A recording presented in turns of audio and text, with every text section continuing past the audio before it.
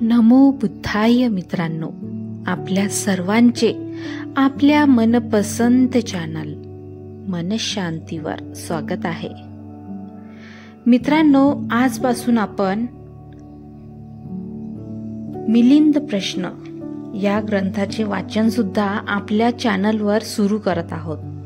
आशा करते आपल्याला हे वाचन आवडेल आणि वाचन आवडल्यास लाईक, शेअर अँड सबस्क्राईब करायला विसरू नका.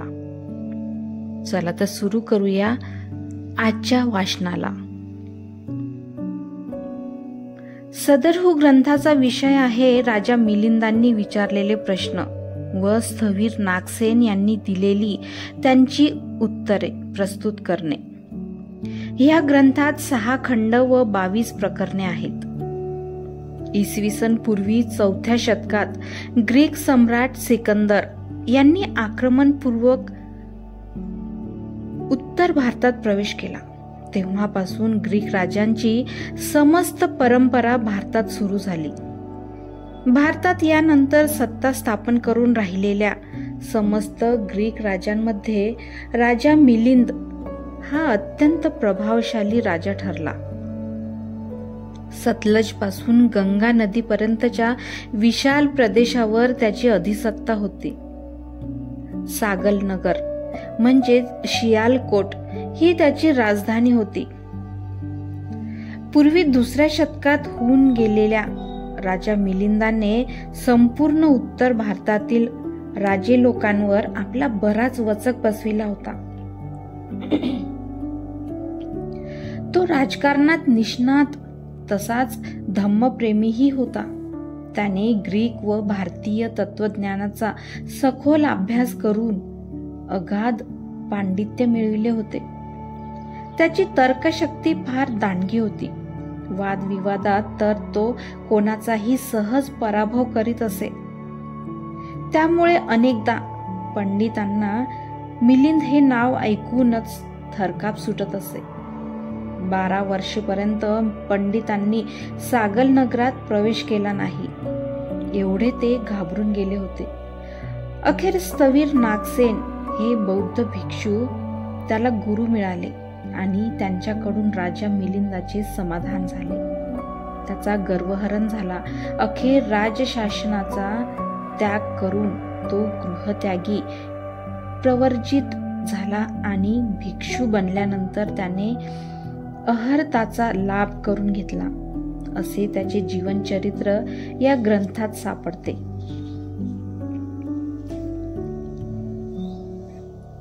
मिलिंद प्रश्न.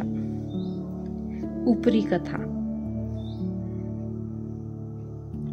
प्राचीन काळी ऐश्वर्य संपन्न अशा सागल नावाच्या नगरात मिलिंद नावाचा राजा राज्य करीत होता.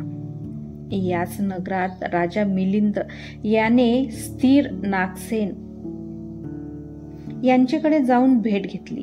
त्यांची ही भेट गंगा नदी व सागराच्या संगमाप्रमाणे एक दुसऱ्यास प्रभावित करणाऱ्या 2 विद्वानांची गंभीर व उदात्त अशी ठरली. ज्ञान सत्याचा प्रदीप दाखवून अज्ञान अंधकारास दूर करणाऱ्या वक्तृत्व संपन्न प्रज्ञावान आणि अशा स्थिर नागसेन राजाने अनेक विषयांवर अति बारीक सारीक प्रश्न विचारले. नागसेनाने दिलेली उत्तरे देखील अतिशय गंभीर, अर्थपूर्ण, तत्काल हृदयात बसणारे, कर्णप्रिय, आश्चर्यकारक, आनंददायक, अभिधम्म व विनयाच्या गांभीर्याने परिपूर्ण, सूत्रास अनुकूल तसेच उपमा आणि तर्कांच्या दृष्टीने न्यायसंगत असे आहेत. हे श्रोतागणांनो, तुमची मने एकचित्त करा आणि सर्व प्रकारच्या शंका कुशंकाची निरसन करणारी सूक्ष्म प्रश्नोत्तरे प्रसन्न चित्ताने ऐका. सागल नगराचे वर्णन. असे ऐकवीत आहे की सागल नावाचे नगर यवन लोकांच्या व्यापाराचे फार मोठे केंद्र होते. हे नगर नदी व पर्वताच्या अत्यंत रमणीय अशा पठारावर वसले होते. निसर्गतःच रमणीय अशा नदीच्या तटावर पर्वताच्या पायथ्याशी वसलेले या नगरात अत्यंत सुंदर सुशोभित असे विशाल भवन, बगीचे, क्रीडांगणे, उद्याने, पुष्करणी व तलाव होते. असे हे नगर वृक्षवल्लीच्या जगात रमणीय पृष्ठभागावर वसले होते. अत्यंत कुशल अशा कारागिरांनी या नगराची रचना करताना आपले सर्व कौशल्य पणास लावले होते. त्यांच्या समस्त शत्रूंचे परिपत्य झाल्याने प्रजेला कसल्याही प्रकारचे दुःख व भय नव्हते. विविध प्रकारचे आश्चर्यकारक असे मनोरे व कोठारे तेथे होती. नगराचे सिंहद्वार विशाल व सुंदर होते. अंतपुराच्या सभोवार खंदक व पिवळ्या रंगाच्या दगडांची तटबंदी केली होती. रस्ते, चौक व पटांगणे शहरातील सर्व भागात विभागली गेली होती. विविध अशा मूल्यवान वस्तूंची खचाखच भरलेली दुकाने उत्कृष्टपणे यथास्थायी सजविली होती.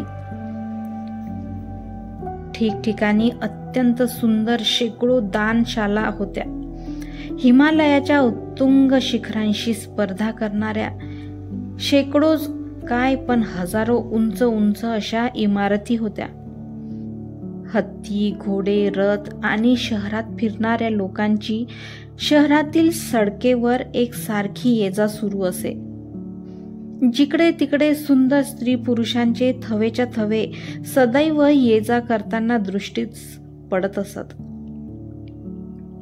सर्व प्रकारच्या लोकांनी भरलेले हे नगर अतिशय शोभयामान भासत होते.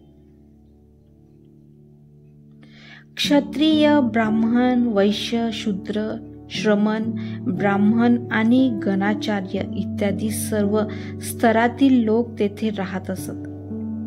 मोठमोठ्या विद्वज्जनांचे तेथे प्रसिद्ध केंद्रे होती. काशी, कोइंबतूर इत्यादी शहरातील सर्वत्र मौल्यवान व प्रसिद्ध कापडांची भव्य दुकाने होती. विविध प्रकारच्या फुलांची आणि सुगंधी द्रव्यांची सुद्धा दुकाने होती. मौल्यवान रत्नांची तर कपाटाचे कपाट भरलेले होते. सौंदर्य प्रसाधनाच्या व्यापारांची दुकाने तर जिकडे तिकडे दृष्टीस पडत असत.